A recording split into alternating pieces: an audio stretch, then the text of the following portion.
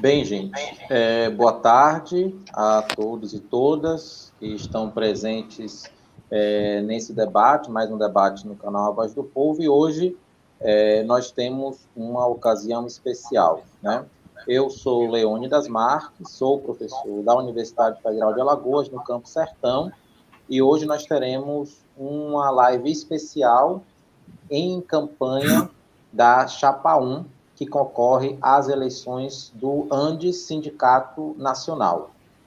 Nós estamos apoiando a chapa Unidade para Lutar e justamente no ensejo da campanha em favor da Chapa 1, nós temos essa live de hoje que se chama Reforma Administrativa, um ataque ao serviço público e aos docentes, e nós temos o prazer enorme de contar com a participação de 3 pessoas que vão dar uma contribuição excelente ao debate, não só em favor dessa campanha da Chapa 1, mas principalmente tocando em assuntos atinentes e necessários nesse debate que envolve a nossa categoria e, na verdade, o direito a uma série de serviços públicos que estão sendo diretamente atacados, vêm sendo atacados há muito tempo, mas em especial na contrarreforma que se avizinha. Nós contamos com a participação da professora Rivânia Moura, que todos estamos aqui em tela, é isso, a professora Rivânia Moura, que é professora da área de serviço social na Universidade Estadual do Rio Grande do Norte, e que temos a honra também de ser a nossa candidata à presidência pela Chapa 1, Unidade para Lutar. A gente tem um prazer enorme de estar te recebendo aqui, Rivânia, conhecendo um pouco mais você como candidata, né? Acho que é um momento também a gente conhecer a chapa, mas principalmente construirmos, né, e fortalecermos a resistência a essa contrarreforma. Muito obrigado por estar aqui hoje. Nós também contamos com a participação do professor José Menezes, que é meu colega, professor também do Campo Sertão da Universidade Federal de Alagoas, da área de Economia, ele que também faz parte da Auditoria Cidadã da Dívida e compõe, junto comigo, esse conjunto de docentes que constrói o movimento Adufal pela base e que dá suporte e apoio à Chapa 1, Unidade para Lutar. Muito obrigado pela participação também, professor Menezes, e também contamos com a excelente participação do professor do Instituto Federal de Alagoas e dirigente do Sintetfal, professor Gabriel Magalhães, que é da área de Sociologia e que também vai dar uma contribuição, já tem inclusive, né, junto comigo, outra contribuição aqui no canal sobre a questão do ataque aos direitos e ao serviço público de um modo geral, e que hoje vamos estar dando mais uma contribuição em defesa, né, dos direitos da classe trabalhadora e principalmente contra essa reforma apresentada pelo governo Bolsonaro.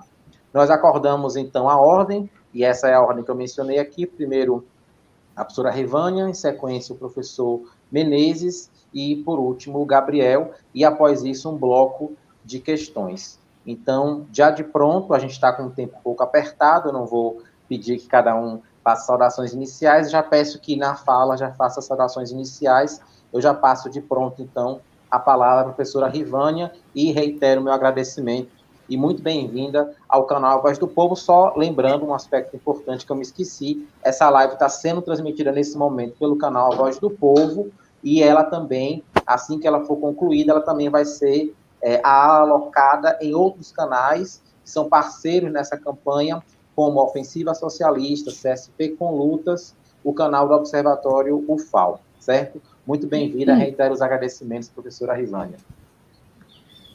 Então, boa tarde, Leônidas, eu que agradeço. Boa tarde, Gabriel Menezes. Dizer que é uma satisfação estar aqui com vocês, né, para fazer esse debate aqui, essa conversa. É uma satisfação principalmente porque sei que aqui nós temos grandes lutadores, então esse debate ele serve também para unir nossas forças mais ainda, para pensar na nossa organização, para pensar no enfrentamento, e por isso é tão importante ter pessoas como vocês dispostas não só a fazer o debate, mas dispostas de fato, né, a segurar o rojão e a fazer as lutas em qualquer contexto, e mais ainda nesse que tem sido muito desafiador. Então, eu queria agradecer o canal aí, a Voz do Povo, todos que nos assistem, que vão nos assistir, né, que possam acompanhar também as páginas aí da Chapa 1 para o Antissindicato Nacional, a Chapa Unidade para Lutar, possam acompanhar nossas propostas no Instagram, no Facebook, né, no YouTube, e possa realmente compreender que a nossa chapa, ela é uma chapa muito diversa no que diz respeito à sua militância, né, de pessoas históricas que constroem o Andes há muito tempo e de jovens militantes, diversa na composição das instituições que estão aí nesse conjunto de 83 pessoas, mas ela se unifica em 3 pontos principais. Primeiro, a concepção sindical, né, que é a concepção de que o sindicato deve ser um instrumento autônomo e independente, autônomo financeiramente, independente politicamente, independente de partidos, de administrações, de universidade e de governos, porque só um sindicato independente pode, de fato, representar a sua base. Então, isso unifica as pessoas que estão na Chapa 1, unifica também a nossa concepção de educação pública, que deve ser completamente financiada, né, pelo Estado, deve ser gratuita, deve ser laica, socialmente referenciada, e nos unifica também a história de luta dos seus componentes, que é uma história de luta de pessoas que nunca abandonaram o Andes, ou que nunca tiveram a proposta de destruir o Andes. Mesmo com as dificuldades, com as diferenças, com os erros e com os acertos, acreditamos que o Andes é um grande instrumento de luta, e a história das pessoas que compõem a Chapa 1 demonstra que sempre estiveram na construção do Andes Sindicato Nacional. Então, convido todos e todas a conhecerem a nossa plataforma, a conhecerem a nossa chapa. E hoje aqui nós temos um debate muito importante, que a gente tem denominado aí que é uma pauta quente, né, porque é uma pauta que exige uma urgência de mobilização, uma urgência de debate, uma urgência de ofensiva contra a reforma administrativa. É fato que nós temos vivido um período histórico, né, um momento muito difícil para a classe trabalhadora no Brasil, com ataques em diversos âmbitos, né? Ataques dos servidores públicos já no início da pandemia, com a questão do congelamento dos salários, da não realização de concurso público, né, das progressões funcionais, das anunciadas privatizações das empresas estatais, como a Petrobras, a Eletrobras, Dataprev e tantas outras. E no âmbito da educação também, nós temos sofrido vários ataques com a diminuição orçamentária, né, aliada a uma perspectiva do projeto Futurice, que a gente vai discutir um pouco aqui e aliar isso com a reforma administrativa, e agora, mais recentemente, surge essa proposta de reforma administrativa. Então, que a gente precisa discutir, compreender e organizar nossa fileira de luta contra esse projeto.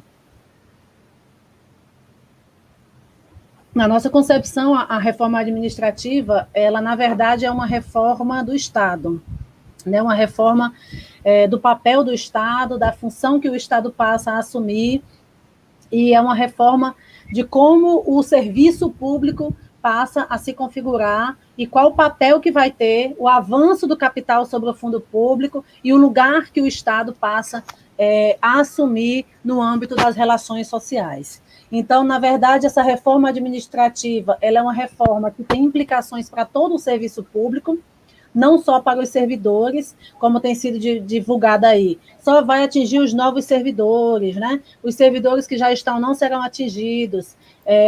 Então, para tentar esse processo de convencimento, a gente vai já chegar aqui nos argumentos, mas isso para dizer que se atingisse os servidores já seria muito drástico.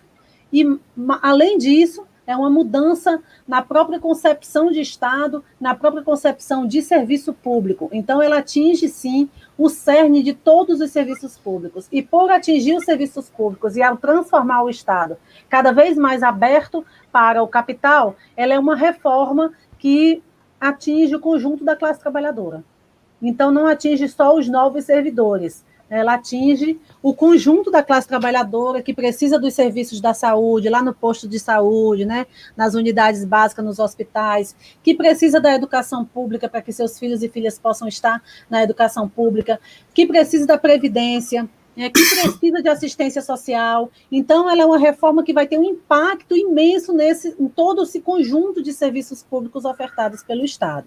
Então, por isso, a profundidade, compreender o que significa, de fato, essa transformação no papel do Estado brasileiro, que passa aí a ser um grande ataque à Constituição de 88, que tem sido já muito modificada, né? Logo em seguida, a sua aprovação, a Constituição já sofre aí uma série de ataques. Então, o objetivo realmente dessa reforma é reconfigurar o papel do Estado no sentido de estendê-lo cada vez mais ao capital e menos, né, aos trabalhadores e trabalhadoras. E dizer que essa reforma administrativa ela faz parte de um conjunto de reformas. Ela é um projeto, né, de Estado. Ela é uma proposta de transformação do Estado.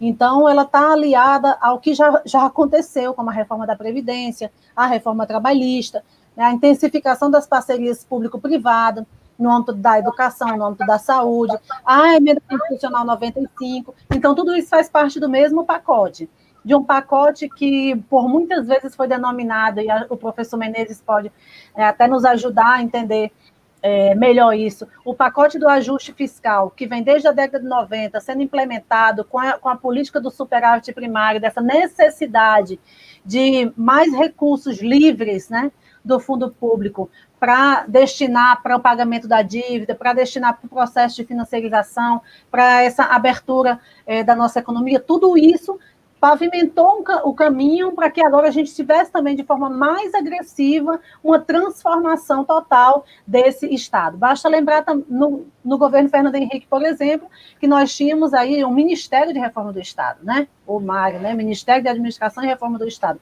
Ali já existia também e já foram implementadas várias medidas nesse sentido. Então, só para lembrar mudanças que nós tivemos na Constituição, historicamente, que transformaram os direitos que foram constitucionalmente conquistados.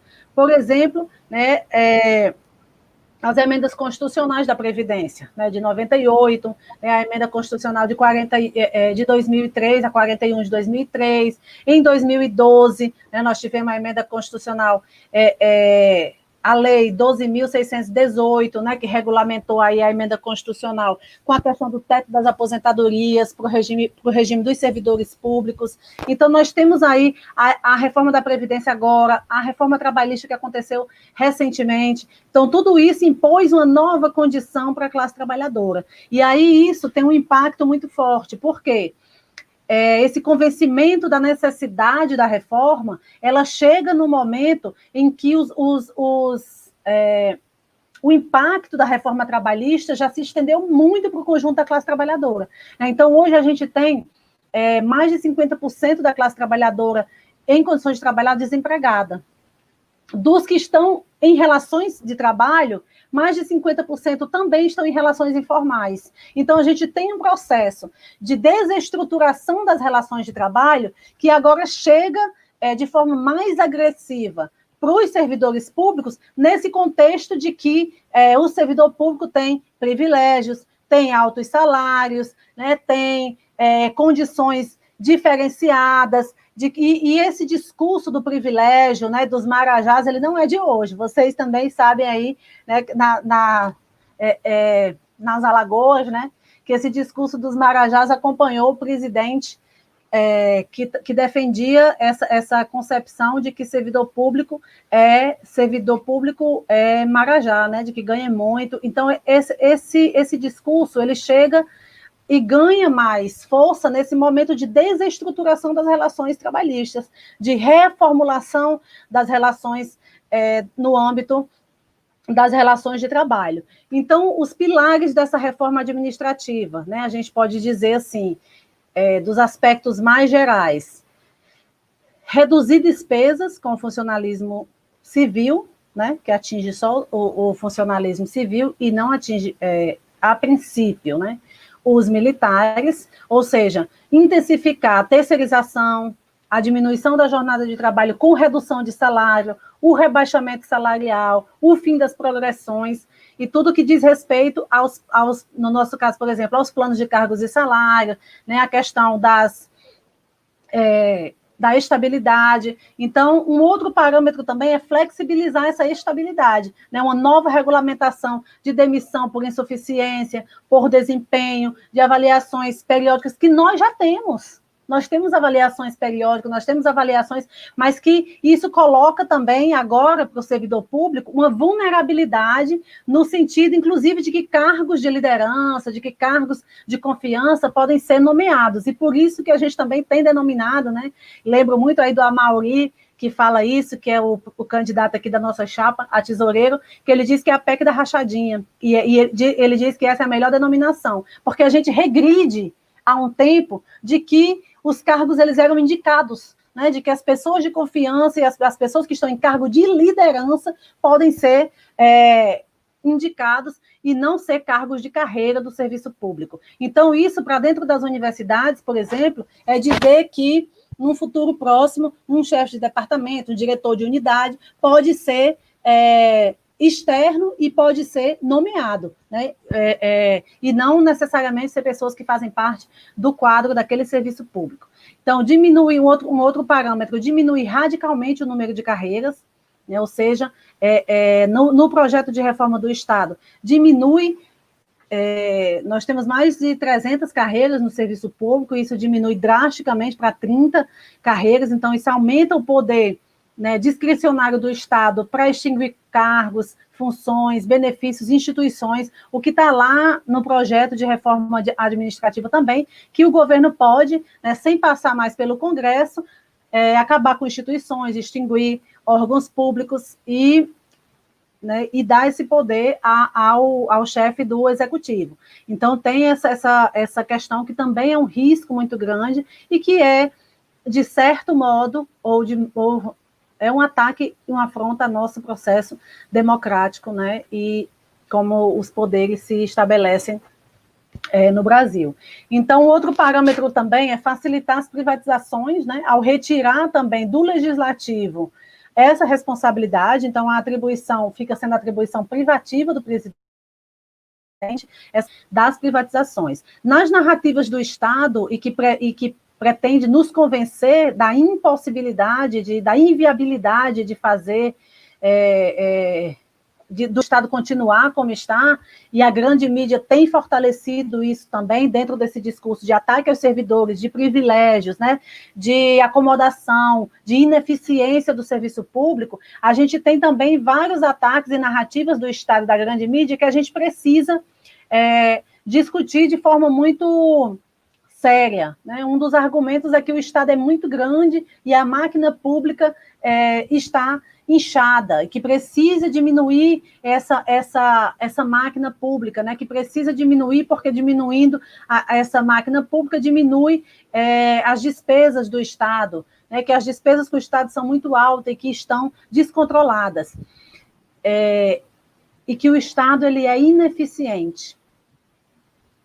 Esses argumentos estão aliados aos argumentos que vão para os servidores públicos, né? Que o regime próprio de previdência é insustentável, que o Estado não tem mais como sustentar o regime de previdência, que a estabilidade do servidor público é um privilégio e ela é absoluta, o que não é verdade. Nós temos demissões, sim, no serviço público, nós temos previsto isso em lei, né, nos casos em que fere a regulamentação do próprio serviço público, e então a gente tem essa narrativa dessa questão, e dessa questão do privilégio dos servidores públicos, e isso a gente queria discutir também, porque mais de 70% dos servidores públicos ganham, em média, 3 salários mínimos. Então, os privilégios dos servidores públicos, que está sendo colocado, não vai ser, de fato, atingido, porque o que está sendo atingido é exatamente a população que ganha menos e que estão lá à frente dos serviços de saúde, né, de educação, de assistência social,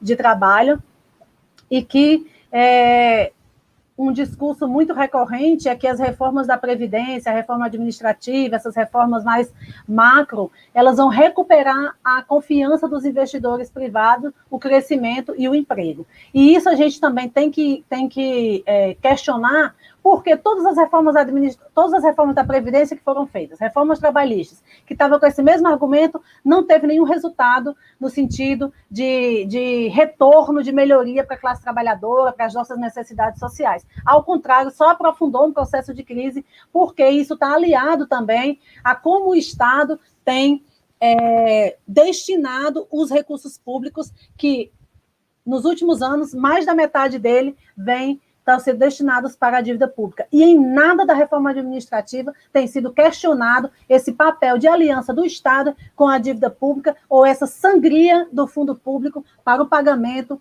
dos juros e encargos da dívida. E aí, eu já sei que o Leônidas, todo mundo apareceu aqui, é um sinal, eu vou só usar os meus 2 últimos minutos para falar do impacto disso na educação. Né? Todo esse projeto de reforma administrativa e o que a gente tem discutido nessa proposta nefasta de mudança no Estado está aliado, por exemplo, à diminuição dos recursos da educação. Nós temos na nossa chapa, né, uma das nossas propostas urgentes, além dessa frente ampla para fazer o enfrentamento à reforma administrativa, é a questão da recuperação dos orçamentos para as universidades e institutos federais. Porque a retirada do orçamento está aliada a essa lógica da reforma administrativa, que, por sua vez, se a ponta da educação é o projeto Futurice que liga aí essa questão. Por quê? Porque o projeto Futurice está aliado, por um lado, a essa diminuição dos recursos, ou seja, o Estado inviabiliza o funcionamento das universidades e institutos, com o recurso que tem sido, por exemplo, inclusive orçado para o próximo ano já, então inviabiliza o funcionamento do ensino, pesquisa e extensão, inviabiliza a qualidade desse ensino, dessa educação pública, ao mesmo tempo que apresenta uma alternativa, que para nós não pode ser alternativa, que é a questão de transformar as universidades em empreendedoras, né? Ou seja, uma privatização por dentro das universidades e institutos, porque esse tal de empreendedorismo que tem sido posto, que está lá no projeto Futurice, que é incentivar essa lógica empreendedora, na sua essência, significa um processo de privatização. Significa que vai diminuir os recursos ao ponto de inviabilizar o funcionamento e apresentar como alternativa a venda desse serviço para o capital. Ou seja, possibilitar, como tem lá, inclusive, que as empresas possam ter o nome nas universidades, ou seja, como se fosse parte do patrimônio realmente daquela empresa, que as empresas possam financiar a pesquisa e se apropriar dos seus resultados, ou seja, impacto imenso na nossa ciência e tecnologia, sem ter nenhum processo de soberania, mas que os resultados dessa ciência e tecnologia serão devolvidos para o capital, né, e não para as necessidades sociais. Então, todo o investimento público que foi feito nas universidades, nos institutos, todo o investimento que a gente tem em ensino, pesquisa e extensão está ameaçado pelo Futurice, que é para a educação, a ponta onde a reforma administrativa atinge não só os servidores, nós, a nossa carreira, né, os docentes, mas atinge a própria educação e atinge um projeto de educação.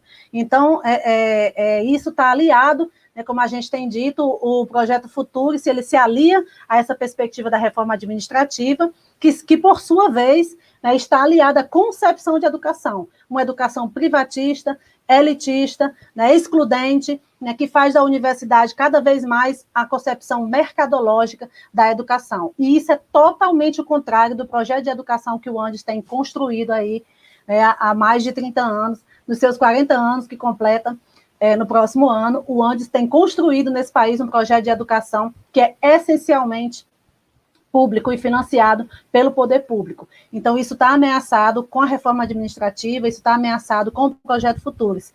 E aí, só para dizer, como a gente reafirmou no início, esse exemplo da educação ilustra o que a gente disse no início, de que essa reforma administrativa ela não atinge só os servidores, que já seria muito drástico, como eu disse, mas atinge os próprios serviços, e o caso da educação superior, a gente exemplifica com essa questão do projeto Futurice, do programa Futurice, que é um impacto, que traz um impacto imenso para a própria concepção de educação, para como ela vai se organizar e para os resultados dessa educação cada vez mais voltada para o capital. Por isso, a gente precisa ter um enfrentamento muito firme à reforma administrativa, porque, de fato, ela vai trazer um impacto imenso para a classe trabalhadora desse país, num processo amplo de privatização em todos os âmbitos da nossa vida. Então, não é pouca coisa que a gente tem aí para enfrentar, é muita coisa. Essas são questões iniciais aí para o nosso debate. Obrigada. Nós que agradecemos, professora Rivânia, excelente o debate, e a gente, infelizmente, tem um tempo um pouco apertado, mas acho que se dependesse só da gente, a gente continuaria te escutando aqui por muitos e muito mais tempo, porque, de fato, a gente entende não só a questão da análise geral sobre o processo de desmonte do Estado, né, como a compreensão de quão sindicatos como o nosso, o Sindicato Nacional, tem representado, né, um bastião de resistência aos desmontes e aos ataques à classe trabalhadora, né? Eu já passo de imediato, então, a fala para o professor José Menezes, também pelo tempo aí de aproximadamente 15 minutos, e lembrando que as pessoas podem colocar suas questões no chat, aí no YouTube, quem está acompanhando, peço que coloque em destaque a palavra pergunta para facilitar aqui a mediação, e ao final a gente faz um bloco com todos os questionamentos que venham a surgir. A palavra é sua, professor Menezes. Mais uma vez, muito obrigado por ter aceitado o convite. Liga o microfone, Menezes, está desligado.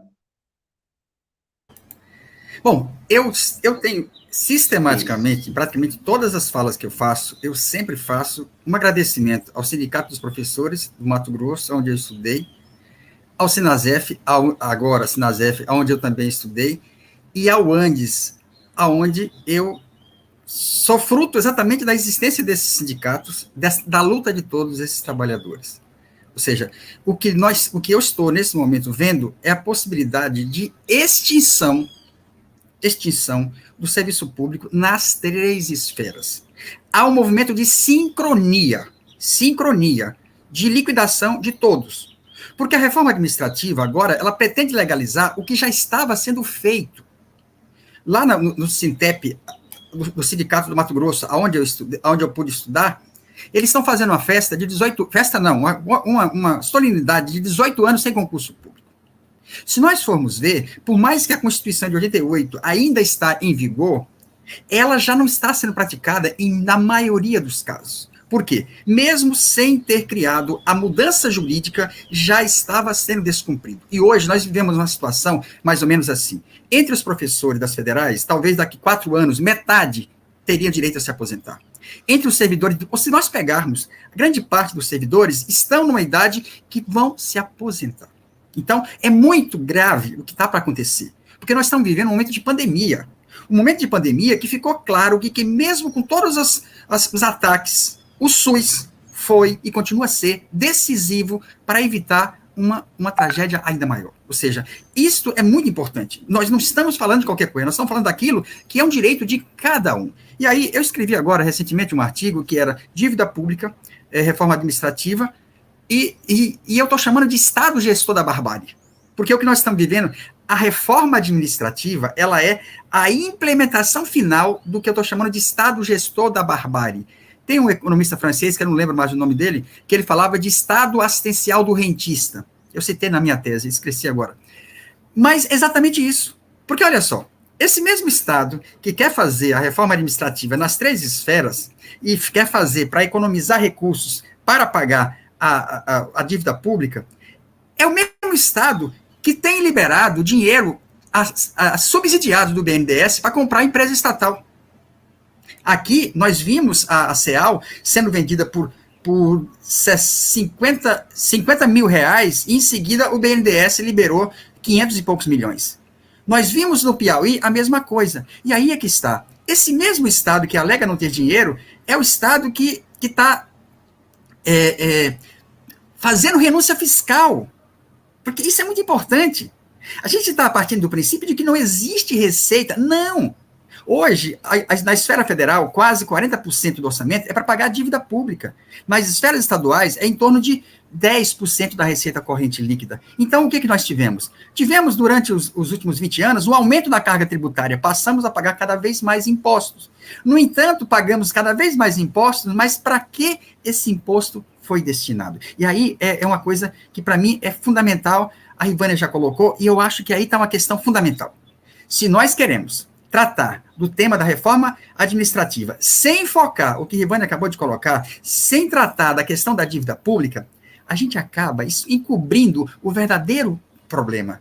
Porque a mídia e todos os poderes do sistema da dívida conseguiram transformar o servidor público como se ele fosse o inimigo número 1 das contas públicas. Mas, no entanto, parte do movimento social abandonou, eu tenho que dizer isso, abandonou. É claro que outra parte continua na mesma luta. Abandonou a denúncia do que representa a dívida. Então, esse é um fato muito importante. E aí, eu queria só lembrar uma coisa bem simples. Olha só, nós tivemos, nos países onde o estado de bem-estar existiu, nós tivemos a desconstrução do estado de bem-estar e a constituição do estado neoliberal. Veja bem, não é só o Brasil. Não é só o Brasil. Este era parte do problema colocado no chamado neoliberalismo. O neoliberalismo foi justamente o quê? É um momento de crise do capitalismo que se procurou uma saída. Aqueles capitais que não tinham mais onde aplicar em indústria, eles passaram a ser aplicados em outras coisas. E essa reforma começou na Inglaterra, começou nos Estados Unidos. Lá, nós tivemos o quê? Esse setor privado começou a se apropriar de funções até então exercidas pelo Estado. Mas o Estado, o que fez nos Estados Unidos? Subiu a taxa de juros de 5% para 20% e transformou o rentismo na grande festa. Mas vamos pegar aqui no Brasil. Aqui no Brasil, nós temos uma grande... uma coisa bastante importante que eu estou concluindo agora, uma pesquisa sobre o impacto da dívida dos estados. E olha só, o Plano Real começa em 94. Em 95, nós tivemos a crise mexicana. Em 97, a crise asiática. Em 98, a crise russa. Em 2001, a crise argentina. Então, o Plano Real, ele foi praticando uma política de juros altos para sobreviver à estabilidade da moeda, e cada vez que a crise lá fora se acentuava, se elevava a taxa de juros e se elevava o endividamento. Mas 97 é quando vem a crise asiática e é quando o FMI exige um acordo para poder liberar recursos. E foi justamente em 97 que nós tivemos duas coisas. A primeira foi a aceleração do processo de privatização das empresas estatais federais. E, ao mesmo tempo, foi aquele momento em que os estados passaram por um colapso fiscal e financeiro. Aqui em Alagoas, os servidores ficaram 9 meses sem receber e juntaram os servidores civis militares, foram para a porta da Assembleia, caiu de Vado Suragi. A resposta àquilo ali foi a federalização da dívida de cada estado por 30 anos. Só que foi exigido a privatização de todas as empresas, e, em especial, as empresas financeiras. E no estudo que eu acabei de concluir, quer dizer, eu não estou concluindo ainda, mas estou em fase avançada, o que nós concluímos? É que parte da dívida pública federal é dívida pública estadual. E essa dívida pública estadual, 20 anos depois, ela foi novamente renegociada. E, novamente, para renegociar, foi exigido justamente o quê? Foi exigido mais um momento de privatização. Aí eu tenho aqui os dados para vocês terem uma ideia.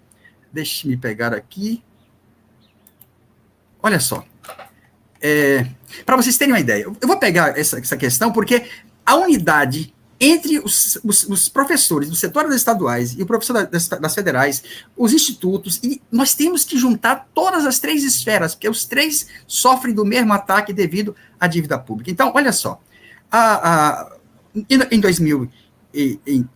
97, então, a dívida de cada estado foi renegociada, mas, ao mesmo tempo, foi exigida as privatizações. Aí eu tenho aqui uma coisa surpreendente. Olha só, em cada estado, o seu banco estadual foi ou privatizado ou foi liquidado. E aí é que está. Em 2016, para renegociar essa dívida, nós temos aqui um levantamento que mostra quanto que a dívida dos bancos estaduais representa atualmente e quanto que isso pode comprometer os orçamentos. Para vocês terem uma ideia, no Acre, o Banacre representa, até hoje, 93% da dívida daquele estado. Em Alagoas, o Produban representa 35,78%, que são 2,3 bilhões, derivado de quê? Do Produban. Mas o que foi o Produban? A CPI do Produban mostrou que essa dívida aqui era dívida dos empresários locais, que não pagaram. E este é o fato principal. Esse fenômeno vai acontecer em praticamente todos os locais. No Amazonas, hoje, 100% da dívida é derivada do BEA. E isso compromete o quê? O financiamento da Universidade Estadual. O Baneb, na Bahia, representa 72%, ou 3,3 bilhões da dívida. Isso significa comprometimento das 4 baianas. No Ceará, o BEC representa também 100% da dívida renegociada. E isso compromete também as 3 universidades cearenses. No Espírito Santo, é 41%. Mas aqui tem uma coisa muito importante também. No Maranhão, é 70%, 766 milhões. O que aconteceu com o bem? O bem foi privatizado, foi entregue ao Bradesco, e o Estado assumiu o passivo desse banco, e os bancos privados, e nacionais e estrangeiros, ficaram com o lucro. Então, hoje, parte da dívida do Maranhão, que compromete a universidade, é justamente isso. No Mato Grosso, foi o BEMAT. O BEMAT representa 22%, ou 490 milhões. Isso é 3 vezes o orçamento da Unemat. Olha isso aqui. O que se paga em Mato Grosso de dívida do BEMAT representa 3 vezes o orçamento da Universidade Estadual. Em Minas Gerais, é 20%, ou 23 bilhões. 23 bilhões. O estado do Pará é 35,7%. E agora aqui tem a coisa mais terrível, o Banestado. O Banestado, que nós conhecemos por aquele escândalo, o Banestado foi privatizado e até hoje existe 8,8 bilhões, ou 90% da dívida atual, deriva do Banestado. E isso compromete 7 universidades do Paraná. Em Pernambuco também é muito grave. Em Pernambuco, o Bandep, que foi entregue a um grupo estrangeiro, representa 92%. Isso compromete não sei quantas vezes o orçamento da estadual. Então, olha só, o Beron, em Rondônia, é 80%, o Bané é 53,3%, o BESC. Ou seja, se nós formos ver, não são apenas os bancos estaduais que estão determinando a nossa dívida. Eu fiz um estudo também no Mato Grosso, e a empresa de água, quando foi privatizada, quando foi entregue, o Estado assumiu a dívida. Ainda este ano, o Estado de Mato Grosso pagou, se não me engano, 22 milhões de dívidas derivadas das empresas estatais que foram privatizadas. Então, é muito importante mesmo que nós façamos esse debate, e temos que lembrar exatamente o quê? Que existe dinheiro. Que olha só, eu esqueci de falar uma coisa muito importante. Esse mesmo Estado, ele faz renúncia fiscal. Renúncia fiscal é o quê? Ele deixa determinados setores monopolistas sem pagar imposto. Você vai no supermercado, paga o imposto. O supermercado, se tiver essa lei, ele não repassa. Então, esse mesmo Estado é o Estado que permite também a Lei Candir. Aqui em Alagoas, a Lei Candir representaria 5,5 bilhões, é quase metade do orçamento. O modelo de desenvolvimento que foi feito desde a época da ditadura militar, que leva à exportação, ele leva também à redução da receita. Mas não é só isso. Os estados nacionais, as unidades federativas agora, elas estão tomando dinheiro emprestado a bancos. Então, olha só, o Estado faz renúncia fiscal para os grandes grupos, ele cobra imposto de pobre, porque é regressivo, ele privatiza quase tudo, e ele toma dinheiro emprestado junto aos bancos para fazer grandes obras. Então, o que nós estamos vivenciando nesse momento é justamente uma situação na qual é necessário recompor a totalidade. A reforma administrativa, como colocou Rivânia, ela é a parte final de todo um processo que foi levando exatamente o quê? Foi levando ao esgotamento das funções sociais do Estado, preparando esse Estado, e aí vem a emenda constitucional 95, e aí veio a reforma trabalhista, e aí veio a reforma da Previdência, ou seja, o Estado está ficando o que eu chamo de um Estado oco. Ele, praticamente, ele não tem mais nenhuma função social. Então, eu acho que, nesse momento, é fundamental termos essa ideia de totalidade, porque a população precisa saber por que o SUS está comprometido, ou melhor, o orçamento do SUS está sendo reduzido, por que as políticas sociais estão sendo eliminadas. Porque a pergunta fundamental que nós temos que fazer aqui é, para que serve o Estado Nacional? O Estado Nacional, como ele está agora, ele é meramente o quê? Ele é um Estado assistencial do rentista, ou então ele é o que eu chamo de Estado gestor da barbárie. Por quê? A pandemia chegou, e o que ele encontrou? A pandemia no mundo, ela teve uma propagação não só por falta de negacionismo, mas ela teve um processo de destruição em todos os países. Eu fiquei impressionado agora, falando com o Ramiro Chimures, lá no Uruguai, e ele me disse que no Uruguai, que tem 3,5 milhões de habitantes, morreram 53 pessoas. Alagoas tem a mesma população de lá. E aqui nós tivemos 2.120 mortos. Mato Grosso tem a mesma população daqui e a mesma população do Uruguai. Mato Grosso está chegando a 4.000 mortos. Nós estamos chegando a uma etapa em que já são mais de 150 mil pessoas mortas. Mas aí é que está.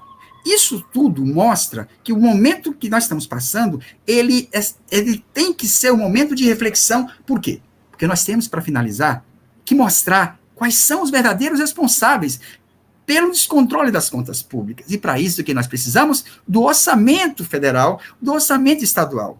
Eu participo da auditoria cidadã e a gente sempre tem como princípio utilizar documentos oficiais, porque a população precisa saber que se ela está correndo o risco de não ter mais servidor público, serviço público, é porque esse dinheiro que está sendo retirado, ele está sendo usado simplesmente para pagar juros. Agora, quem é que ganha com isso? E aí é muito importante.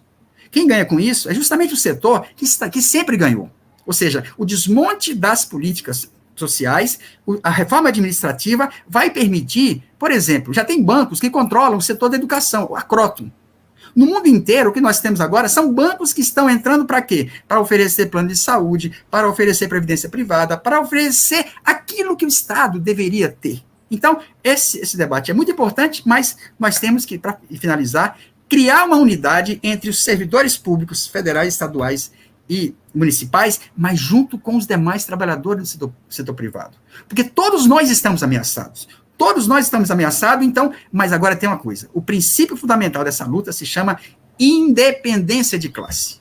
Porque se nós não agirmos no princípio da independência de classe, nós vamos estar correndo o risco de ter o resultado que não deveria ter. Então, mas eu acredito que a unidade entre todos nós vai nos possibilitar essa luta. E, mais uma vez, agradeço a existência do Andes, agradeço a existência do Sinasef e todos os sindicatos que lutaram para que eu, filho de pobre, pudesse ter chegado à universidade pública. E vejo agora um momento tenebroso, porque a próxima geração poderá não ter mais a possibilidade que eu tive. E eu acho que isso aí, temos que enfrentar isso de todas as formas, porque nós temos que permitir a essa geração o mínimo de possibilidade de sobrevivência. Obrigado. A gente que agradece, Menezes, também mais uma excelente intervenção, principalmente essa conexão, né, que a gente, às vezes, principalmente com o discurso, o falso discurso de verdade que boa parte da mídia burguesa coloca, escamoteando esses reais problemas de um longo processo de lapidação do Estado e que, por vezes, nós que somos trabalhadores e trabalhadoras do serviço público somos feitos de alvo de um processo que está longe de ser simples, né? Eu já passo, então, diretamente a fala para o nosso terceiro integrante, mais uma vez agradecendo o professor Gabriel Magalhães, que, inclusive, é camarada nosso do Sintiet-FAO, de um sindicato parceiro nosso na luta e na resistência, e a gente tem um prazer enorme de estar aqui recebendo nessa live em campanha da Chapa 1, Unidade para Lutar. Fique à vontade, Gabriel. Então, pessoal, boa tarde a todos e a todas. De antemão, dizer que é uma satisfação poder contribuir aqui, né, com as falas que foram tão pertinentes. A professora Rivânia não conhecia, foi um prazer conhecê-la, a futura presidente do Andes. O professor Zé Menezes, que já é referência aqui nossa para o debate de dívida pública, questão orçamentária. E ainda que eu não seja da base do Andes, mas a afinidade política está com a Chapa 1. Eu acho que manter o Andes nas hostes aí dessa perspectiva política que a Chapa 1 traz, por mais que haja heterogeneidade, mas tem uma visão uníssona ali de que a crítica ao presente ela não pode ocultar o fato de que erros foram feitos, né, no verão passado, que em alguma medida favoreceram o fato de que hoje nós estejamos amargando tamanho retrocesso civilizacional, né, até neofascismo já se discute no Brasil. Então, eu acho que a Chapa 1 está nessa perspectiva, né? Além de nós criticarmos Guedes, Bolsonaro, a gente faz uma crítica também do que foi feito no período anterior, que principalmente os erros que foram cometidos, né, que lamentavelmente acho que outros grupos tendem a ocultar. Eu acho que não é o caso da Chapa 1. Então, por convicção política, eu tenho total tranquilidade em defender a Chapa 1 e o que for possível para contribuir com essas eleições, eu farei, certo? Bom, tentando contribuir aqui, como o Leônidas falou, a gente tem tentado trazer esse debate, né, da reforma.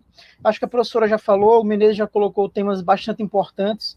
Eu vou tentar trazer alguns elementos, primeiro de ordem mais geral, sobre a a reforma essa contra-reforma administrativa, né? Eu acho que, como o Menezes falou, a gente tem que botá-la na perspectiva de totalidade. Então, a reforma chamada PEC 32, que a gente está julgando aqui mais em específico, ela está dentro de um arcabouço maior, né, que envolve a PEC chamada emergencial, né, envolve a reforma trabalhista de 2017, reforma da Previdência do ano passado. Então, assim, tudo nos leva a crer que está em marcha, muito provavelmente, mais uma escalada contra-reformista, a fim de operar, talvez, uma refuncionalização plena do Estado brasileiro, para que ele fique condizente com o capitalismo que se instaurou no país a partir dos anos 90. Né?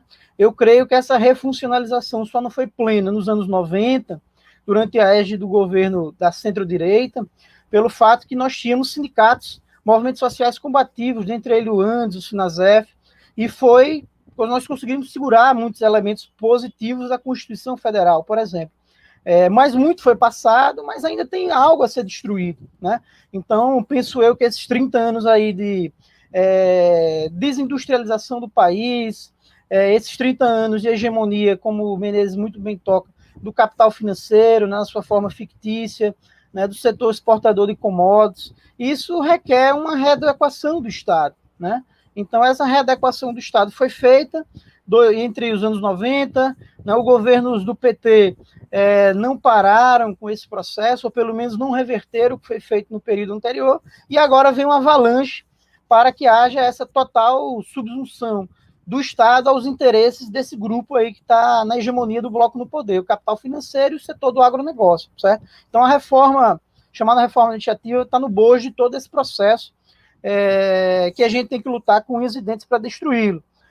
Só para tocar em alguns pontos propriamente dito da reforma, que eu acho que é pertinente. Primeiro é dizer que ela traz mudanças nos princípios da administração pública no artigo 37. Né?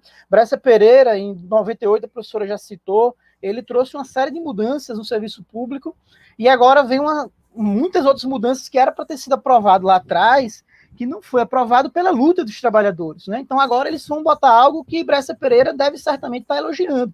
Né? Então, por exemplo, na administração pública, né, que era o chamado LIMP, né, legalidade, impessoalidade e moralidade, Bressa Pereira colocou a eficiência, que é algo altamente mercadológico, né? Agora tem uma série de outros princípios, mas tem dois que eu acho bastante perigosos. Né? Primeiro é trazer o princípio da imparcialidade. Ora, nós como docentes, principalmente, temos que ficar com muito cuidado com esse princípio, porque eu acho que o servidor público ele deve ser impessoal. Né?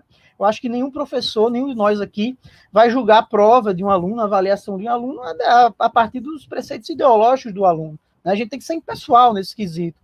Mas imparcial, no meu entendimento, isso soa como interesse claramente de natureza neofascista, né? De colocar na Constituição algo que depois eles podem ventilar para tentar demitir alguém, porque feriu a imparcialidade. Né? Então, assim, esse preceito que está sendo proposto é uma coisa inadmissível e típico de perseguição política e ideológica. Né? Outro que é bastante caro, e aí vem desde os anos 90, agora só há um recrudescimento, é a ideia da subsidiariedade. Né? Então, a premissa geral é a seguinte, né? O Estado ele só entra nas falhas do mercado. Né? Então, no bojo do neoliberalismo, o Estado, melhor dizendo, o mercado é o maior alocador de recursos, né? Ele que deve ofertar os bens e serviços para a população, mas reconhece que ele tem falhas. Então, o Estado vai entrar nas falhas, porém não vai entrar de forma direta, né? Tendo seu próprio corpo de pessoal, enfim, ele mesmo gerindo. Isso aí vai se dar de forma subsidiária. Então, essas mudanças que estão propostas no artigo 37, todas vêm no sentido de ampliar essa subsidiariedade. Como? Criando mais possibilidades para parcerias público-privadas, né, chamada cooperação com entes públicos e privados, né, de direitos públicos e privados, para prestação desse serviço público. Isso hoje a gente já vê em outras esferas institucionais, entes federativos, já tem muito OS na saúde a nível municipal, né, a nível estadual, e querem expandir essa formatação de OS para todo o serviço público federal e banalizar isso em todos os níveis que nós tenhamos, né? Então, essa questão da subsidiariedade para mim, é a pedra de toque dessa proposta de contra-reforma da Previdência. E aí, justamente, a subsidiariedade leva à necessidade de você pôr fim à estabilidade, né? Afinal, não faz sentido, se você quer, vamos dizer assim, de usar uma palavra mais fácil de entendimento, se você quer terceirizar todos os serviços que o Estado vai ofertar, faz sentido você manter contratações de caráter estáveis, né? Então, todas as contratações que o poder público vai fazer por intermédio de um ente privado, esses entes privados não devem estar subsumidos a uma lógica que, do ponto de vista do mercado, é muito rígida, né? Impede a livre contratação e demissão, né? Então, assim, esse fim da estabilidade está muito concatenado a essa ideia do Estado ser subsidiário, e aí, a partir de agora, você vai ter só contratações precárias, né? Então, a ideia é que as contratações ocorram de forma por tempo parcial, ou melhor dizendo, sem ser por prazo indeterminado, né? Não vai ter estabilidade, exceto para carreiras típicas do Estado, né? Aí entra aquilo que o Menezes perguntou, né? O que é que a gente espera do Estado? Essa reforma deixa bem claro, né, que o Estado brasileiro é o que o Florestan chamava, é uma autocracia burguesa. Por quê? Porque, do ponto de vista de carreira típica do Estado, vai ser o quê? A alta cúpula ali do poder executivo, né, o poder legislativo e forças armadas, né? Ou seja, é só o aparato judicial repressivo, né? Fora isso, não é típico de Estado, ou seja, é algo que o Estado presta, mas ele pode deixar de prestar, vai depender do ciclo econômico, né? Se a economia está crescendo, até sobra um pouquinho de dinheiro a mais para fazer uma escola, um negócio. Não, mas o ciclo econômico agora é de descenso. Então fecha a escola, né, deixa o povo sem escola, sem saúde e por aí vai. Então, essa ideia do típico de Estado, que vem desde o Bressa Pereira, denota isso, a natureza do que eles pensam ser o Estado no Brasil. É um Estado eminentemente repressivo, judicial, né? Nada além disso. Tem um aspecto que eu acho também bastante perigoso, e entra muito nessa questão do fim da estabilidade, que é o fato de que as funções de confiança e cargo comissionado, que hoje na Constituição é restrito, principalmente função de confiança, é restrito para servidores do quadro, né? Cargos comissionados tem um percentual que pode ser livre de nomeação e exoneração. Essas duas figuras deixam de existir e surgem as chamadas figuras de cargos de liderança e assessoramento, que vai ser regulamentado por lei infraconstitucional. Mas no texto constitucional da proposta de emenda, não fala nada se vai ser restrito a um servidor com mínima estabilidade, né? Muito provavelmente não vai, eles tiram isso justamente do texto que já está posto lá. Então, qual é a ideia disso? É você, junto com o fim da estabilidade e com essas nomeações de caráter eminentemente político, você quebrar o mínimo de autonomia relativa que tem no trabalhador que ocupa um cargo público, o mínimo de autonomia relativa que ele tem diante das pressões políticas imediatas, né, ou seja, das oligarquias locais, e também as pressões imediatas dos agentes econômicos locais, né? Ora, se você não tem estabilidade, e se você, no caso, é um cargo de liderança e assessoramento, você é o que no popular chama de pau-mandado, né? Você vai cumprir as ordens do político ou do empresário local, né? Então, percebam que essa PEC, além dela ter uma natureza fiscalista, como já foi dito pela professora Rivânia, pelo Menezes, ou seja, aquela ideia de o Estado economizar o máximo possível na prestação do pouco que lhe cabe, mas além desse caráter fiscalista, tem um caráter também autoritário, né? Aquela ideia de que quem presta serviço para o Estado deve estar completamente subsumido ao interesse político e econômico imediato, né? Então, assim, tem essa dimensão autoritária também que não pode ficar oculta, né? Eu acho que caminha junto. Eu acho que é um pouco o exemplo do Chile, né? Eu acho que o neoliberalismo, a doses cavalares, né? Esse ultraliberalismo, ele tem que passar necessariamente pela ampliação do autoritarismo, né? Não tem como dissociar uma coisa da outra. E essa PEC traz os dois. É fiscalista, mas também avanço do autoritarismo. Um aspecto de avanço do autoritarismo é essa ideia da discricionariedade para excluir cargos, extinguir cargos da administração pública e autarquias, né? Então, por exemplo, hoje ainda tem a regulação naquela ideia de pesos e contrapesos, né? Se vai se extinguir uma autarquia, como seria uma universidade, um Instituto Federal, e isso tem que ter a aprovação do Congresso, né? Com a proposta da PEC 32, isso vai ficar só resguardado ao presidente, né? Então, perceba o nível de concentração de poderes, né? Isso aí seria fantástico, né? O Bolsonaro, esse quase 2 anos de mandato, ele já fez intervenções em várias universidades e institutos federais, né? Tem reitores ou claramente biônicos, né, que sequer participou de lista tríplice, ou aqueles que estavam em terceiro lugar, mal foram votados, mas ele escolheu. Então, percebamos o nível de risco, né, de autoritarismo que está posto nessa proposta, né? A gente tem que ter clareza disso. Outro ponto que eu acho que é bastante pertinente falar, principalmente para quem entrou de 2013 para cá, que é o meu caso, né, entrei no serviço público de 2013 para cá, é o fato de que nós já não temos a previdência pública, né? Nós já não temos esse elemento da previdência pública. E a gente já está na FUNPRESP, né? Lamentavelmente.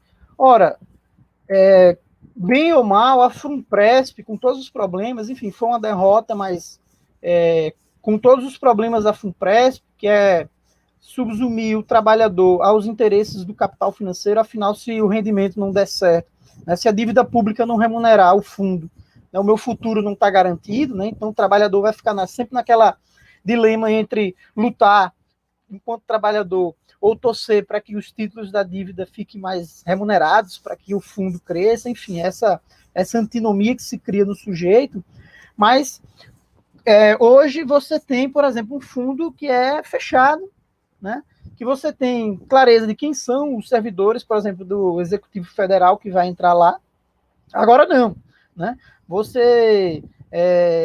O fundo ele vai estar acessível a pessoas que ninguém sabe quais cargos serão, né? Ninguém sabe qual o nível de remuneração será, que podem estar hoje, não pode estar amanhã. Então percebam, há um prejuízo, inclusive atuarial, que aí eu acho que tem pessoas que têm muito mais capacidade de falar isso, eu só sei intuir o problema.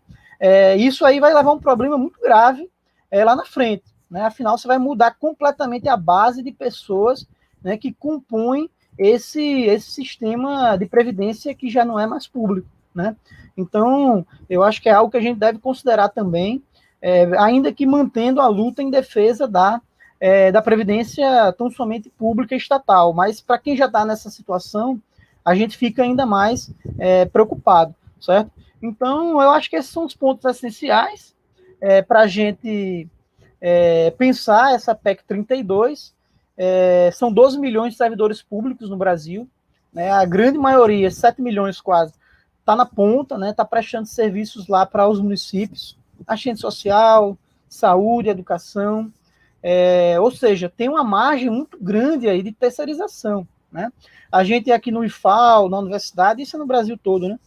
O que a gente já tem de serviços terceirizados não está no gibi, né?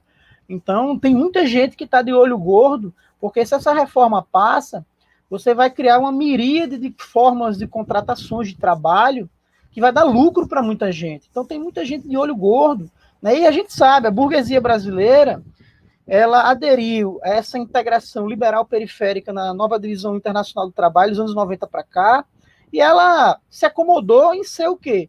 Ou acionista, né, entre o mercado financeiro, né, que ainda ficou no setor produtivo, faz, na verdade, maquiladoras, né, ou seja, importa e monta aqui, né? Hoje em dia, quem são os grandes burgueses no Brasil? São vendedores, né? Então compra fora para vender, que vive de Magazine Luiza, velho da van, né? Então tem muita gente de olho gordo agora em também receber esses 12 milhões, uma parte gorda desses 12 milhões, para lucrar com dinheiro público, né? Então é isso que está posto para o Brasil, e a gente tem que ter clareza que, só para tentar concluir, que meu tempo já está acabando, que tudo isso aí, pessoal, esse nível de fiscalismo, mas também de autoritarismo que está presente na PEC 32, passa diretamente pelo fato de que os sindicatos do serviço público no Brasil, com todos os problemas que possam existir, existe, isso é inegável, mas é uma das espinhas dorsais da luta contra essa reforma do Estado que se iniciou nos anos 90. Né? Não é à toa que ano passado o Bolsonaro tentou cortar o financiamento, né, do consignado dos nossos salários, está tentando ao máximo destruir o vínculo dos trabalhadores com os seus sindicatos. Se essa reforma passa, no mesmo local de trabalho você tem vários vínculos de trabalho. E a gente sabe, por mais que a gente diga que é importante trazer o terceirizado, mas na vida efetiva é muito mais complicado. Né? Percebo, antes não consegue representar os colegas da iniciativa privada. Nós também não conseguimos representar quem está no Senai, no Senac. E imagine isso nas universidades agora. Então vai quebrar uma das molas mestras da resistência à reforma do Estado, que são os sindicatos. Então, a gente tem que lutar com residentes contra essa reforma e inseri-la ela nessa totalidade aí que foi bem dita pela Rivane e pelo Menezes. É isso, pessoal. Obrigado. Excelente. Muito obrigado, Gabriel. Muito bom. E é sempre muito importante lembrar, isso foi colocado ao longo de todas as falas, né, que é importante termos um sindicato combativo, independente, e é por isso que estamos em campanha em favor da Chapa 1. E também é importante entender que as lutas elas não se limitam apenas ao nosso sindicato. É sempre importante constituir a unidade nos diferentes sindicatos que representam a classe trabalhadora, e nós temos no Sinasef, certamente, uma dessas importantes instituições que consegue, junto com o Antissindicato Nacional, construir as lutas de resistência da classe trabalhadora em diferentes dimensões, tá? Agora são pouco mais das 4h30, a gente, então, vai começar a avançar para o final da nossa atividade de hoje, e para isso a gente tem um bloco de perguntas. Eu vou fazer, então, a leitura do bloco de perguntas, e aí eu já vou passar na sequência para as pessoas fazerem suas considerações, para que vocês façam suas considerações, e em relação às perguntas e também as considerações finais, para que, e aí só lembrando, inclusive, se puder, Rivânia, fazer esse convite, vai haver um debate, né, entre chapas, a partir das 5 da tarde, pela sessão sindical da UFABC, né, se não me engano. Aí, se puder também, na sua fala, convidar as pessoas para o debate, que é sempre importante ver essa discussão e comparar e debater programas, né? A primeira questão foi do Arthur, aí, Adelson, já, inclusive, agradeço de antemão ao Adelson, que é quem está na parte técnica aqui nos bastidores do canal. A primeira questão foi a questão do Arthur, que é a seguinte: é possível afirmar que a preservação dos privilégios do judiciário, dos militares e do parlamento representa a clara constituição do Estado necessário para coagir a classe trabalhadora? Então, essa é a primeira questão. Acredito que todas elas, inclusive, são questões voltadas a Rivane, a Menezes e a Gabriel, então fiquem à vontade para dialogar em cima delas. A segunda questão é do Lucas. Qual a importância de um sindicato autônomo no combate às tentativas de criminalização e intimidação dos docentes nas universidades? E aí, só para lembrar também, situar, o professor Arthur também compõe conosco esse coletivo que está fazendo a campanha Pro Chapa 1, é professor do Instituto de Ciências Humanas de Maceió. O professor Lucas também compõe, é professor também do Campo Sertão, aqui da UFAL. A terceira pergunta da nossa também querida professora Regina de Ávila, que também concorre na chapa. Como trabalhar a comunicação nesses tempos remotos para chegar à população com o debate da contrarreforma administrativa? Como fazer para mostrar o desmonte dos serviços públicos, né, para mostrar ainda mais isso. Nós tivemos uma quarta questão, que é da professora Sueli, também nossa colega do Serviço Social, da Faculdade de Serviço Social, que também compõe conosco. Qual a principal estratégia de luta contra a atual reforma administrativa que a Chapa 1 propõe, dadas as condições de cerceamento e as ações repressivas de ataque à democracia, tá? E aí eu vou concluir, vou fazer também uma questão, para aproveitar o ensejo.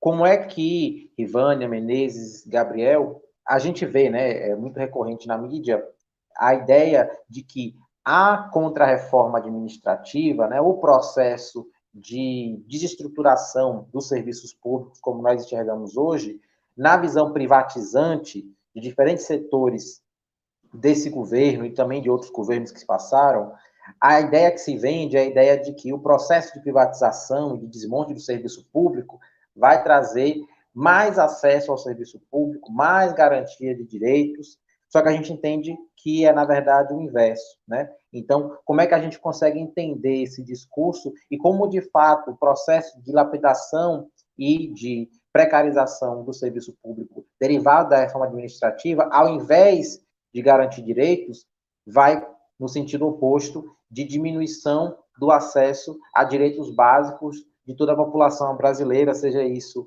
ligado à educação, saúde, assistência social, segurança pública, etc.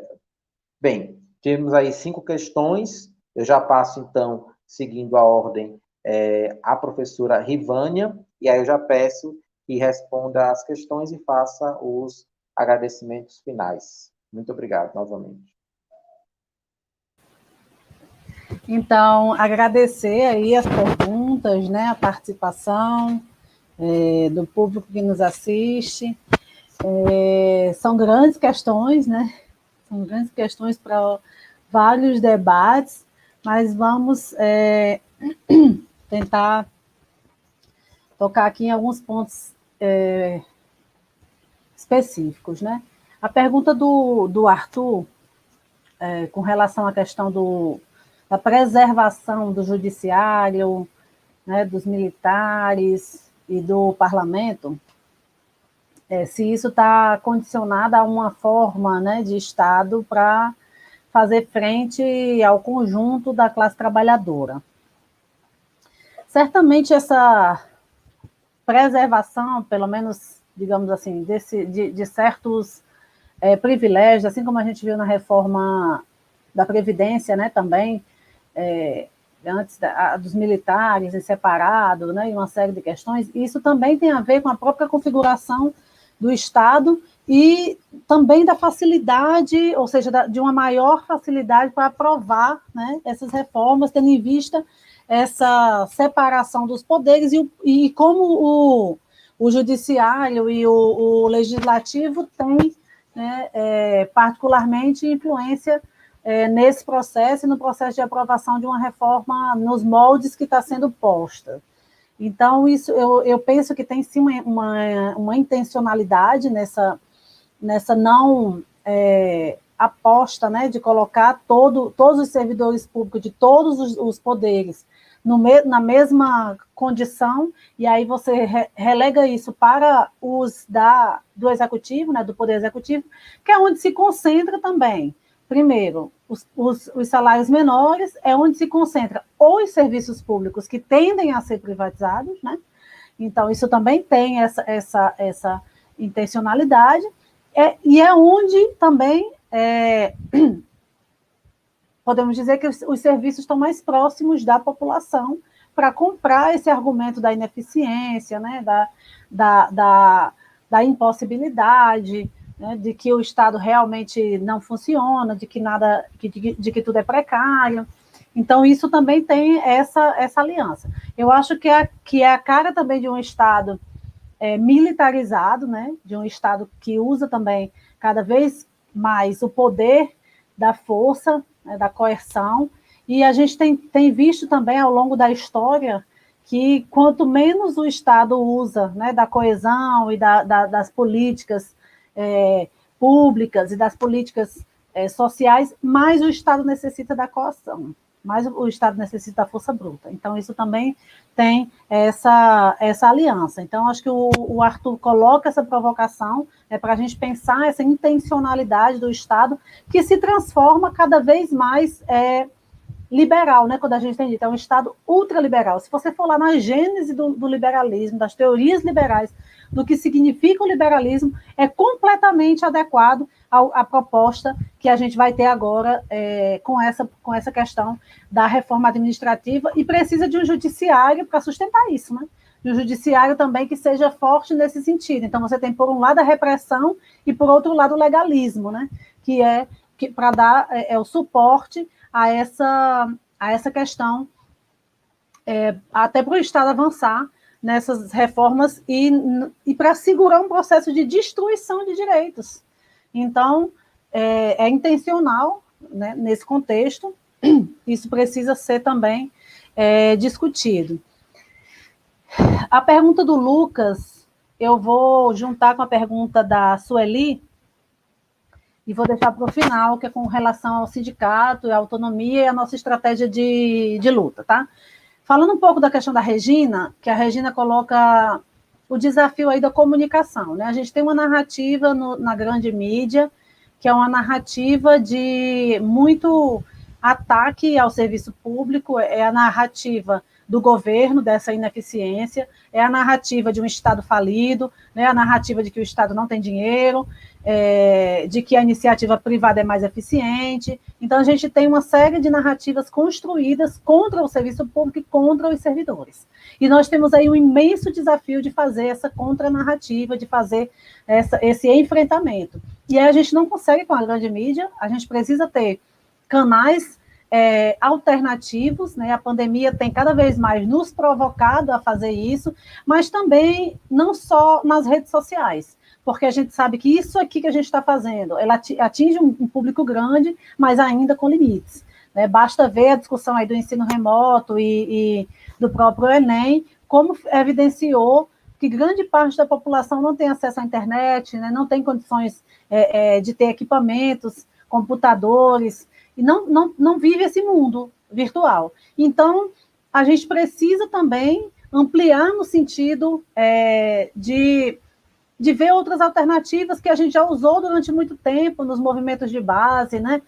Nos trabalhos de base anteriormente, que é a questão de chegar a essa população, carro de som nos bairros, rádio comunitária, são elementos que você possa chegar na população que isso aqui não atinge, mas a grande mídia muitas vezes atinge porque o canal de televisão aberto está em todos os lugares, hoje praticamente.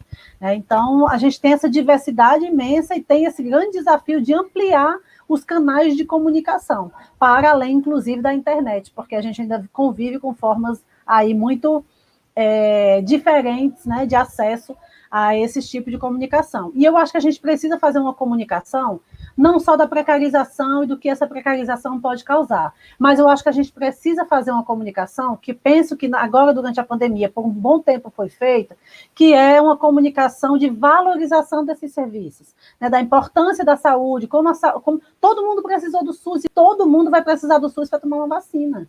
Se não fosse o SUS, talvez 90% da população não tivesse acesso a uma vacina porque não teria condições de comprar uma vacina. É o SUS quem produz, né? É o SUS quem distribui essa vacina. Então, acho que a gente precisa chegar na população também com um discurso positivo do que são esses serviços públicos e o que está em jogo. É acabar com isso, é acabar com essa possibilidade de que a grande maioria da população tenha acesso a esses serviços e evidenciar isso de uma forma positiva, para poder também dialogar do que está em risco, né, do que pode ser colocado de forma muito mais agressiva para a população, o risco que tem em perder esse serviço, mesmo com todas as suas dificuldades e mesmo com todas as suas contradições. Então, eu acho que a gente precisa chegar e fazer esse debate, procurar outras linguagens de fazer esse debate. Por exemplo, falar da importância da educação pública, das universidades, e mostrar também o fruto do que é a universidade, das pesquisas, dessa aliança com a saúde. Então, acho que a gente precisa também trabalhar muito, é um desafio imenso com relação a isso, né? As ações que têm sido realizadas e o que a população pode perder caso venha a acontecer a reforma administrativa, que está aliado também aí a uma destruição, por exemplo, do SUS, né? E é uma destruição progressiva, onde todos os serviços tenham contrapartida, ou sejam de alguma forma pagos, e isso não tem como ser sustentado para grande parte da população. Então, essa mensagem precisa chegar aos usuários desses serviços. Eu acho que é um grande desafio com relação a isso.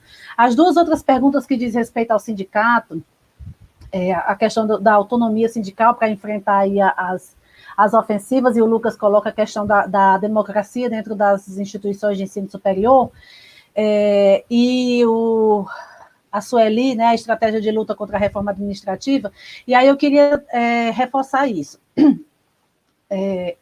Primeiro, a questão de um sindicato autônomo. Quando a gente fala que é necessário ter um sindicato autônomo, um sindicato independente, é porque o sindicato, ele precisa ser pautado pelas demandas da sua categoria e pelas demandas da classe trabalhadora. A gente entende que um sindicato que é dominado por uma sigla partidária, por um partido, ele não tem autonomia para defender a sua categoria. Então, o que a gente defende é que o sindicato possa ter essa autonomia, inclusive para fazer o enfrentamento em qualquer conjuntura e contra qualquer governo. A gente tem vivenciado, por exemplo, dentro das universidades, esse processo de ataque aos professores, né, de um ataque ideológico, de perseguições, e também das intervenções, como o Gabriel citou aí. Hoje nós temos 16 instituições de ensino superior, entre institutos e universidades, que estão com interventores, ou seja, que a decisão das suas comunidades acadêmicas não foi respeitada, e isso é uma afronta muito grande, isso tem uma profundidade muito grande do que significa a autonomia das instituições de ensino superior. E eu vou aliar isso para dizer o seguinte: só um sindicato autônomo faz o enfrentamento, porque a lei antiterrorismo é do governo Dilma, e pouquíssimos sindicatos se colocaram contra essa lei antiterrorismo, que inclusive criminaliza, né, deu aí o espaço para a criminalização das pessoas que lutam e das pessoas que estão aí envolvidas em movimentos sociais. Então, é isso que se trata, por exemplo, de ter um sindicato autônomo, né, de ter um sindicato que possa fazer o enfrentamento. É um sindicato que luta contra a reforma da Previdência do governo Bolsonaro, mas que nos governos que são administrados pelo PT e que tem a mesma reforma também lutam. Também fazem esse enfrentamento, porque entende que a reforma da Previdência ela é prejudicial para os servidores em qualquer âmbito. Então, isso tem uma conexão. E aí, com relação à estratégia de luta contra a reforma administrativa, acho que nessa parte da comunicação eu falei alguma coisa, mas fundamentalmente a gente precisa ampliar esse debate, como o Menezes também citou aí, fazer uma rede, né? Uma frente ampla com os servidores municipais, estaduais e federais, porque todos serão atingidos, todos os serviços públicos também, mas conectar isso a uma perspectiva classista e com os movimentos centrais sindicais, né, que também estão no âmbito privado, para entender que esse ataque não é um ataque só aos servidores, é uma transformação do Estado brasileiro que tem impacto para o conjunto da classe trabalhadora e para toda a população que precisa do serviço público. Então, a gente precisa fazer uma mobilização, nós estamos vivenciando, já temos uma abertura aí para essa questão das mobilizações, né? Vivenciamos um período muito grande de isolamento e de militar aí nas redes sociais, mas a gente também tem a concepção de que, por exemplo, a pressão parlamentar, em algum momento, ela é importante, mas ela só tem efetividade se a gente tiver uma mobilização ampla da classe trabalhadora, uma mobilização ampla, né, da categoria dos servidores públicos. Sem mobilização, a gente não tem como ter uma pressão efetiva de parlamento e de outros segmentos. Essa pressão só pode se dar numa mobilização, só pode se dar nas ruas, só pode se dar, né, com organização da categoria, com a organização da classe trabalhadora para fazer o devido enfrentamento, para fazer as devidas cobranças. Entendemos também que essa reforma administrativa ela é inegociável. Nós não temos pontos a melhorar nessa reforma. Nós temos que derrotar essa reforma, né? Porque ela, na sua totalidade, como foi dito aqui, ela tem ela cumpre o papel de transformação do Estado, de transformação do que a gente tem até hoje, ainda que já foi destruído ao longo do tempo, mas garantido no que diz respeito a direitos sociais, à vida dos trabalhadores e trabalhadoras. Então, a gente entende dessa forma que a gente precisa fazer um enfrentamento muito forte, muito aguerrido. O Leônidas fala dessa questão do processo de privatização, que está aliado, né, a essa questão, e fica a pergunta: quem defende as privatizações defende que o dinheiro do Estado vá para onde? Porque se tudo que for arrecadado, se tudo que está no fundo público não vai servir mais para nada desse serviço, tudo tem que ser privatizado porque nada presta, então o dinheiro do Estado vai ser gasto com o quê? E para onde ele vai? Então, a gente tem que fazer essa interrogação para a população, tem que trazer esse debate. Quero agradecer aí o espaço, acho que passei muito do tempo, já estou vendo aqui o horário, acho que falei bastante, mas obrigada mais uma vez pela organização dessa atividade, por esse espaço, agradecer a quem nos assistiu, a quem vai nos assistir, e dizer que de 3 a 6 de novembro, vote chapa 1 nas eleições do Andes, porque a gente precisa, sim, de um instrumento forte, de luta, independente, autônomo e classista, para defender não só a nossa categoria, mas se aliar com as lutas gerais da classe trabalhadora nesse país. Obrigada. Excelente, muito obrigado, professora Rivânia. Já passo, então, por conta do tempo mesmo, já passo de imediato para o professor Menezes. Bom, eu vou continuar no que a Rivânia colocou. Esse ataque é a classe trabalhadora. Ele começou com o setor privado.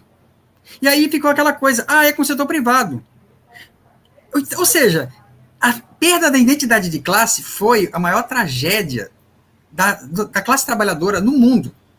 Por quê? Porque muitos não querem mais se identificar como classe. Então, isso aqui é bem claro. Ataque a todos. Não sobra nada. O que o Arthur colocou, eu diria, é o seguinte. No Chile, os militares continuaram a ter previdência. Nesse fenômeno de fazer a reforma, mas manter determinado setor com direitos, porque aí é curioso, né?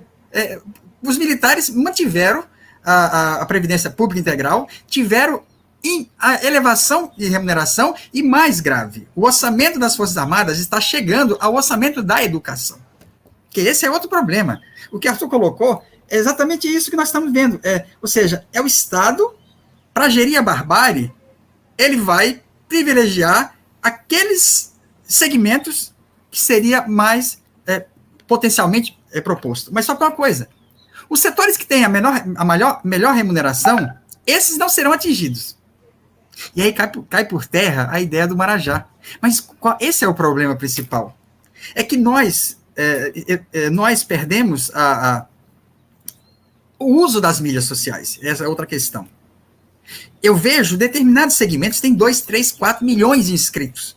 E eu fui fazer um levantamento sobre os sindicatos e personalidade, eu fiquei assustado. Porque os sindicatos, movimentos sociais, personalidades, partidos políticos de esquerda não usam a internet para quase nada. Para quase nada. A Auditoria Cidadã tem 52 mil inscritos. Ela tem 110 mil no Facebook. Então, a Auditoria Cidadã tem construído um canal no qual você faz uma live e você tem 6 mil pessoas. Então, não basta simplesmente isso, porque também não é só ter essa rede, qual é o conteúdo que nós vamos levar. Qual é o conteúdo? Nós estamos numa campanha da Auditoria Cidadã, a hora de virar o jogo. Mas para virar o jogo, as pessoas têm que saber de que lado elas estão. E aí, nós precisamos fazer esse estudo sobre o Estado, fazer a radiografia, pegar o orçamento, mas se as pessoas não tiverem a formação política e independência de classe, fica tudo vazio. Então, o combate a essa reforma é o combate ao ataque a todos os trabalhadores. Esta perspectiva corporativa, ela pode ser o nosso ponto de partida, mas ela não pode ser o final. Porque o grande problema agora é duas décadas em que se tentou desconstruir a ideia de classe, em alguns casos se manteve a corporação e ficou perdido. Então, esta é a grande tarefa. Como chegar à população? Eu diria que temos que fazer isso. Nós temos um grupo de pesquisa aqui que começou a fazer ida às escolas. Então, eu acho que futuramente, em todos os países, em todos os estados, nós temos que organizar cursos de formar formadores. Porque nós temos que ir para as escolas, Nós temos que ir para os movimentos sociais, nós temos que dialogar com eles. Porque o que está acontecendo hoje? Nós temos uma rede de fake news de determinados setores da extrema-direita que estão usando isso para pedir a volta da Idade Média. Além disso, nós temos a mídia burguesa controlada pelo sistema da dívida. E o outro lado, nós temos parte da mídia sindical que não toca na questão, porque pode resvalar em determinadas coisas. Esse é um problema sério. Porque se nós formos ver a quantidade de jornalistas que os sindicatos têm, é muito grande. Mas o problema é para que nós estamos utilizando. Então, é necessário exatamente pensar, porque o que está aqui é a destruição dos sindicatos. É a destruição dos sindicatos. Não é só a destruição, porque o que eles querem, na verdade, é levar a pulverização completa, é a uberização completa. Então, o projeto é muito mais destrutivo. E para fechar, acho que foi Leônidas que falou, que é o seguinte, nesta pandemia, o que nós estamos vendo todo dia são escândalos das organizações sociais. Porque disseram que o Estado era isso, que o Estado era aquilo, e criaram organizações sociais. E o que eles fizeram? Burlaram o concurso público, burlaram a lei de licitação, pronto. Pronto, que eles queriam o quê? Quem estava propondo isso? Está propondo o combate à corrupção? A modernização?